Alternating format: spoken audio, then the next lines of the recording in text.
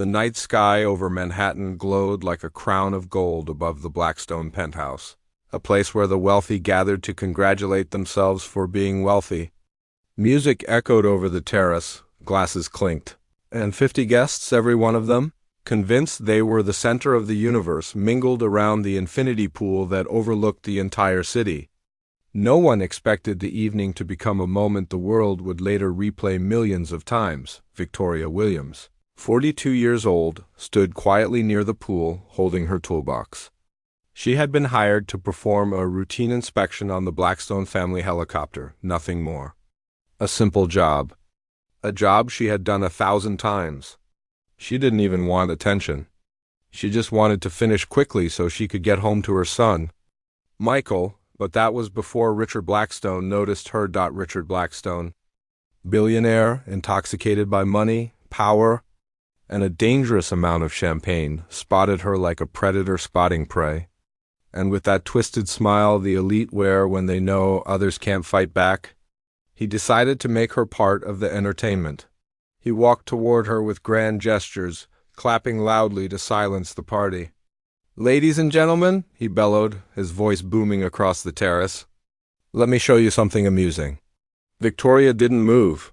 She had seen men like him before, loud, entitled, drenched in privilege, and convinced that humility was a disease. The guests turned, eager, curious, hungry for a spectacle. "This woman," Richard continued, pointing at Victoria as though she were a piece of discarded furniture, "claims she knows helicopters. Isn't that adorable? Apparently, turning screws qualifies her to fly a $12 million aircraft." Laughter erupted, cruel, sharp, and echoing. Victoria tightened her grip on the toolbox, but her face was calm, unreadable. Silence, she had learned, often revealed more power than shouting. Richard's wife, Sarah Blackstone, leaned to her friends and whispered something that sent another wave of mocking laughter across the terrace. Victoria ignored all of it. She had tolerated worse in life, tolerated far more painful things than the insults of people who mistook money for intelligence. "My son works at the municipal airport," Victoria said finally. Her voice was low, steady, unshaken. "He dreams of being a commercial pilot." Richard clutched his chest dramatically. "How touching," he mocked. "But dear, commercial piloting requires education, refinement, and a certain social class." Another roar of laughter. Victoria didn't blink. But behind those composed eyes, something dangerous awakened, something quiet, deliberate, and powerful. Richard lifted his glass, swaying slightly. "But I am a generous man, truly generous. So let me offer you a life-changing opportunity." He stepped closer to her, pointing toward the helicopter parked on the terrace landing pad. "Fly my helicopter. Don't crash. And I will make your son the heir to half my fortune." Gasps, silence, even the waiters paused. 800 million. Richard stretched each word like it was a performance. Victoria calmly asked, "And if I fail?" The grin on Richard's face widened. Excellent question. If you fail, you'll sign a public statement declaring that people of your background," he let the word hang in the air like poison, "should not aspire beyond their natural limitations." He gestured to the camera Sarah already had pointed at Victoria. "It will go on all my platforms. 2 million people watching the truth about social hierarchy." Victoria breathed once, slow, controlled, and said only 2 words, "I accept." A shift rippled through the crowd, tiny, uneasy, barely noticeable, but real. Something about the way she spoke unsettled them. Richard clapped loudly. "Excellent. Someone record this. Tonight we witness the rise or fall of unrealistic dreams." The guests gathered like spectators before an execution. Some laughed. Some sipped champagne.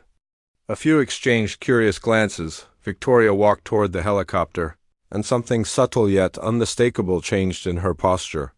Her steps became steadier, more confident. Her hands moved with assurance. She opened the cabin door and inspected the interior with the ease of someone who knew exactly where every switch belonged. Margaret Whitmore whispered to her husband, "She doesn't look nervous." Her husband narrowed his eyes. "No, She looks like she's home. Inside the cockpit, Victoria's fingers glided over the panels: altimeter, fuel line, hydraulic pressure, navigation. The guests watched, still believing they were about to witness her humiliation. Richard smirked at the camera, talking loudly to his live audience. Some people need reminders of their place. Tonight we teach a valuable lesson. Victoria ignored him. Her focus was absolute. Her phone buzzed. She glanced at it. A message appeared. Documentation confirmed. Broadcast link stable. Good luck. A faint smile crossed her face, a real one this time. Guests continued murmuring. Patricia Wells frowned. Her movements. They're too precise. Thomas Bradford checked his watch. It's been over 15 minutes. No amateur spends that long doing pre-flight checks. Margaret whispered, something is wrong. Very wrong? Richard, irritated by her calmness, shouted, Are you giving up? No shame in admitting your limits. Victoria's voice cut through the terrace air like a blade. She didn't shout. She didn't even look at him. She simply spoke into the radio headset with military precision. Manhattan Control? This is helicopter November 7 Alpha Charlie requesting clearance for a local flight. Estimated duration 15 minutes. A few guests blinked in shock. That was not how an amateur spoke. The controller responded, November 7 Alpha Charlie. You are cleared for local flight. Maintain 1,000 feet. Report position every 5 minutes. Now the terrace grew uneasy. Patricia grabbed her husband's arm. David, that was professional aviation terminology. She's no mechanic pretending. Richard kept laughing, though his smile twitched at the edges. He waved to the camera. Don't worry, everyone, she panicked soon. But at that exact moment, the engine roared to life, perfectly, smoothly, on the first try.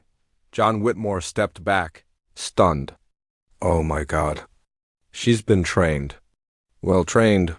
For the first time, Richard's expression cracked. The camera caught it. 2 million viewers watching live saw the panic bloom inside the cockpit. Victoria lifted the helicopter, her hands steady, precise, practiced. The aircraft rose smoothly off the terrace, clean, balanced, graceful. Gasps echoed. Champagne glasses trembled in hands. She knows what she's doing, someone whispered. Richard leaned toward the glass railing, white-knuckled, watching his humiliation rise into the night sky. Everything he had built, his image, his power, his control began to crumble as Victoria completed a flawless rotation around the building, a perfect turn, a controlled hover. A level altitude, a flight only a professional could perform, a flight live-streamed to millions, a flight that made Richard look like the ignorant bully he was, inside the helicopter. Victoria breathed deeply, steady, sure, unbothered. Michael, watching from the municipal airport with his classmates, whispered to the screen, Show them. Mom, and she did. When she returned to the terrace and landed with surgical precision, the entire crowd stood frozen. No one laughed now. No one whispered. No one breathed. Victoria stepped out, calm, composed. Victorious, she walked toward Richard, who was pale, trembling, and utterly speechless. I fulfilled my part of the agreement, she said quietly. Each word striking him harder than any scream could, and that was the moment he realized. He had challenged the wrong woman. Part 1 ends with Richard's empire beginning to crack. Millions watching live, and the humiliator becoming the humiliated. Rosa stayed frozen behind the door, barely daring to breathe as Jessica's voice drifted through the quiet room. Her tone was too soft, too sweet, the kind that made Rosa's heart beat painfully in her chest. The twins sat stiffly on their small beds, eyes wide, their tiny hands clutching the blankets as though the fabric itself could protect them. Jessica leaned forward, brushing a stray curl from Emily's forehead. But the child flinched back so quickly that Jessica's smile twitched for a second. Cracking like thin glass, Rosa pressed her hand to her mouth. Mr. Williams needed to walk through that door now outside. She heard the crunch of tires on the driveway. Rosa's lungs finally unlocked. She rushed to the front hall, her hands shaking as she pulled open the door before he even reached the steps. His face, usually calm, shifted instantly when he saw her expression fear. urgency and something she had never dared to show him before. "She's with them again?" he asked, voice low. Rosa only nodded, stepping aside as he marched past her. When he reached the children's room, Jessica was still there, holding Emily's wrist too tightly. Her smile fell the moment she saw him in the doorway. "What are you doing?" he asked, quietly, too quietly. Jessica straightened, releasing Emily as if the girl had suddenly burned her hand. "I was just talking to them. They need discipline. You know, they don't listen to. Get away from them." Those 4 words were enough? Jessica's confidence cracked. Rosa watched from the hall, gripping the railing as tension filled the air like a storm about to snap. Emily rushed into her father's arms, burying her face into his shoulder. Daniel followed, his small hand gripping Mr. Williams' sleeve. "Pack your things," he told Jessica without even looking at her. "Tonight. You're done here." Jessica opened her mouth, but no sound came. For the first time, Rosa saw fear in her eyes. And for the first time, the house felt like it might finally breathe again. Rosa didn't sleep that night. Even after Jessica stormed out of the house with 2 suitcases and a glare sharp enough to cut stone, the tension lingered in every hallway. The twins refused to leave their father's side. Emily clung to his arm, eyes still swollen from crying, while Daniel sat quietly on the couch, watching the doorway as if Jessica might appear again. Mr. Williams kept a hand on each of them, his jaw set, the weight of everything he had ignored now settling heavily on his shoulders. Rosa stayed near the kitchen, pretending to tidy up but really keeping watch. Every creak of the house made her look up. Around midnight, Mr. Williams finally stood. "Rosa," he said softly, "can you stay a little longer tonight?" "I'm not leaving them," she answered without hesitation. She walked over, gently touching Emily's hair. "Go with your father now. You're safe." The twins nodded, climbing into his arms as he carried them upstairs.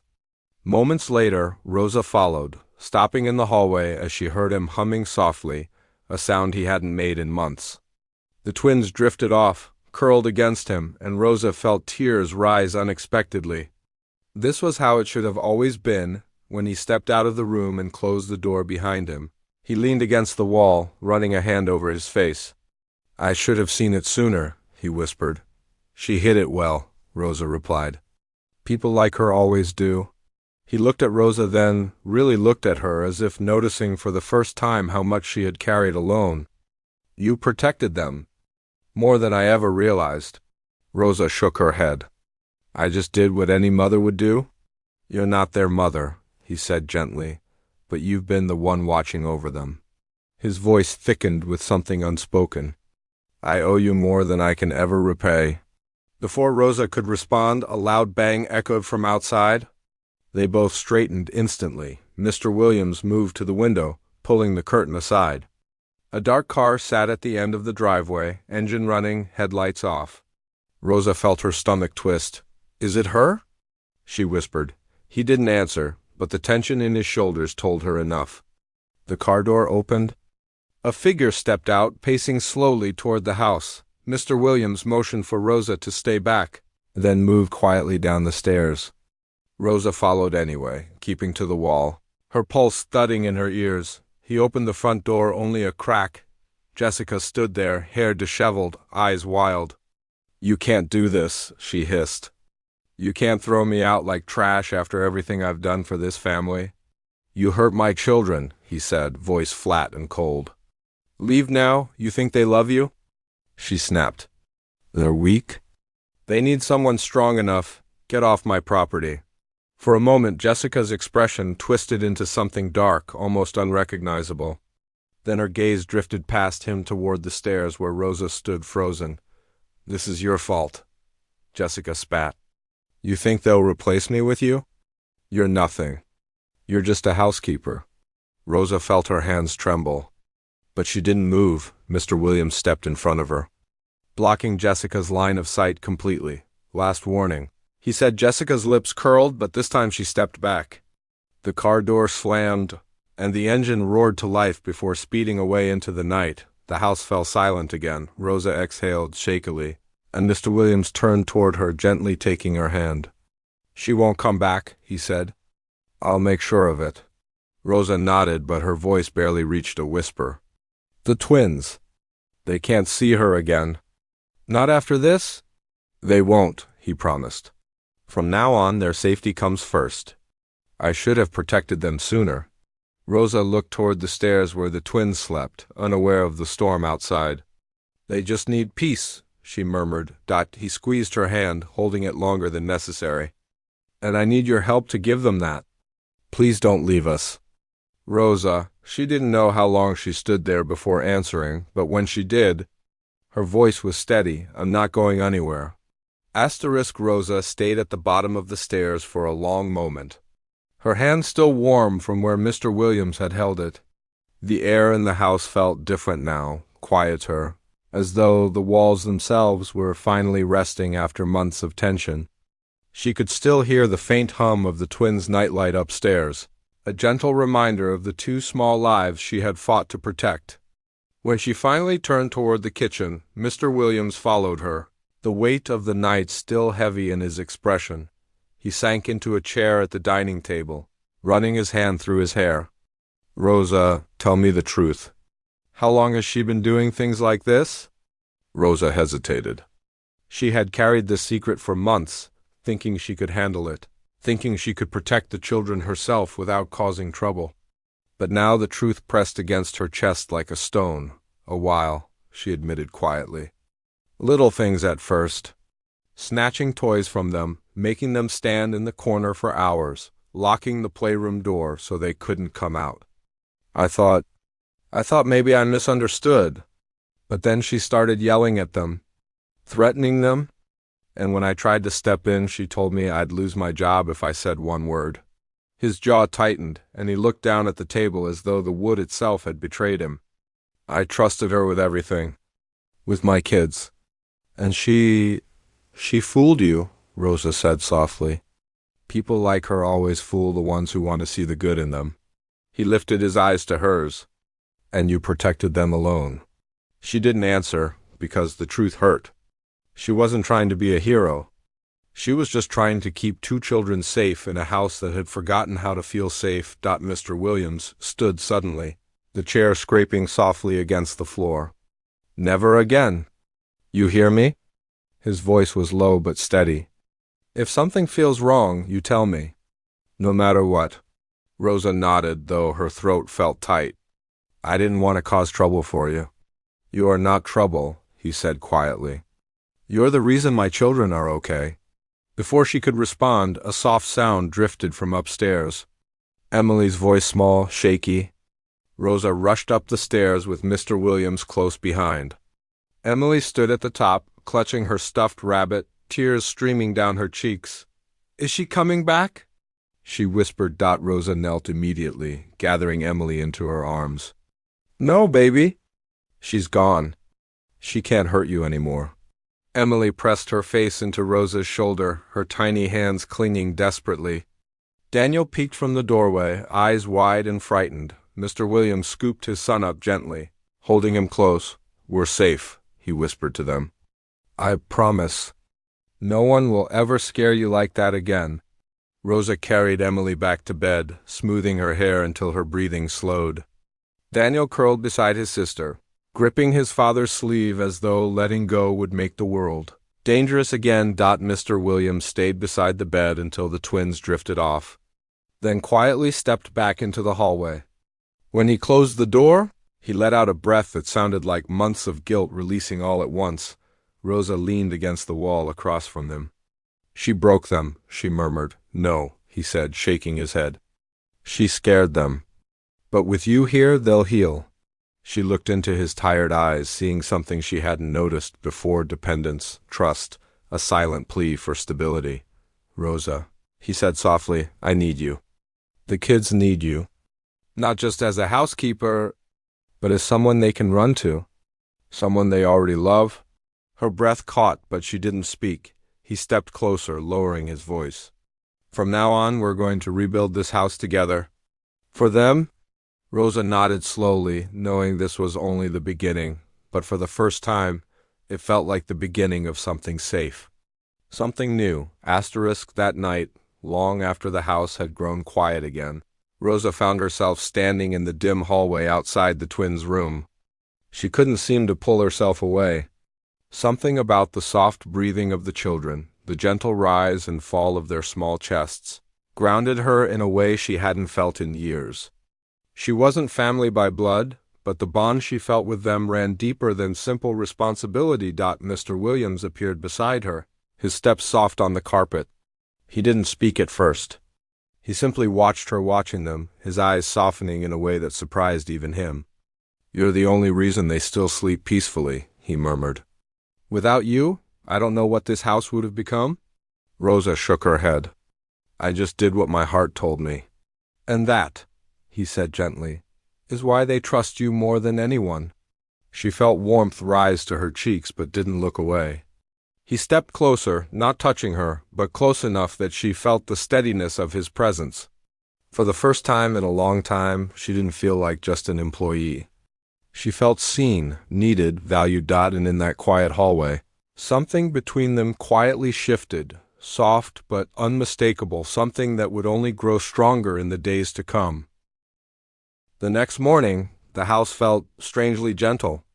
Light filtered through the windows in soft ribbons, warming the wooden floors, touching the framed photos on the wall, and settling on the quiet space where fear used to live. Rosa woke earlier than usual, her heart still heavy but hopeful. She moved through the kitchen carefully, trying not to make noise. But within minutes she heard small footsteps down the hallway. Emily entered first, holding her stuffed rabbit by the ear. Daniel followed, rubbing his eyes with the back of his hand. They didn't run to her like they normally did. They walked slowly, as if checking that the world around them was finally safe again. Rosa knelt with open arms, and the twins melted into her embrace instantly.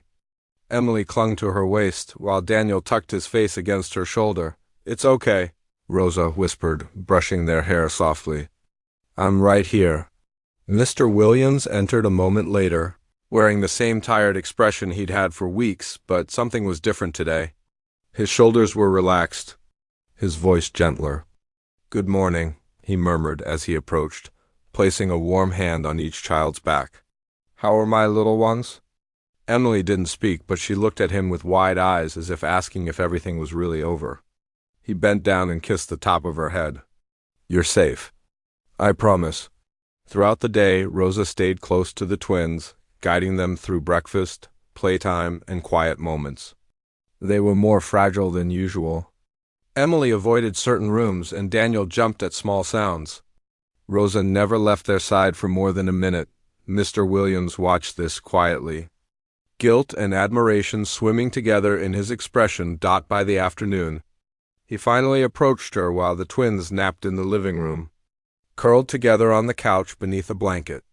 "Rosa," he said softly, standing next to her, "we need to talk."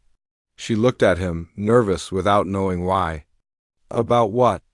"About everything I missed," he answered. "Everything I didn't see. I let someone into this house who scared my children, and you were the one protecting them, not me." "You were working," Rosa said quietly. "You trusted her." "That's not an excuse," he replied, shaking his head.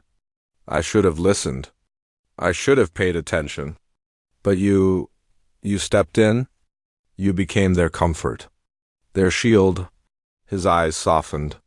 "You became their home." Rosa felt her breath catch, but she didn't interrupt. "I don't want you to think you're just a housekeeper in this family," he continued. "You're more than that. You're the person my children run to when they're scared. The person who calms the storms they can't explain." He paused, his voice dropping lower. "And the person who saved them from someone I should have never trusted." She didn't know what to say, so she stayed silent, her fingers lightly gripping the edge of the kitchen counter. He stepped a little closer. "Stay with us, Rosa, not because of your job, but because this house feels whole when you're here." The words lingered in the air, heavy with meaning she wasn't sure she was ready to acknowledge. Rosa lowered her eyes. "I care about them. Deeply. Maybe too much." "That's not too much," he said gently. "That's exactly what they need." As evening fell, the twins woke from their nap, and the family gathered in the living room, Mr. Williams sat on the floor with Daniel leaning against him, while Emily rested her head on Rosa's lap. It was peaceful, the kind of peace that settles over a home that has been wounded but is slowly healing. Rosa felt warmth fill her chest as she stroked Emily's hair. Watching the little girl blink sleepily later, after tucking the children into bed, Rosa and Mr. Williams stepped into the hallway, the soft night light glowing along the walls. It was quiet, the kind of quiet that allowed truth to finally be spoken. "Rosa," he murmured, "you're part of this family now. If you ever leave, this house will feel empty again." She looked up at him. "I don't want to leave." A breath of relief escaped him, almost too subtle to hear. He moved closer, but slowly, giving her every chance to step back. When she didn't, he lifted a hand and brushed a strand of hair from her face. "You saved my children," he whispered. "And tonight, you saved me too." Rosa felt something inside her shift, a soft breaking open, a realization she'd been holding back for weeks. She didn't know what tomorrow would bring or how their lives would change, but she knew one thing with absolute certainty: she had found her place.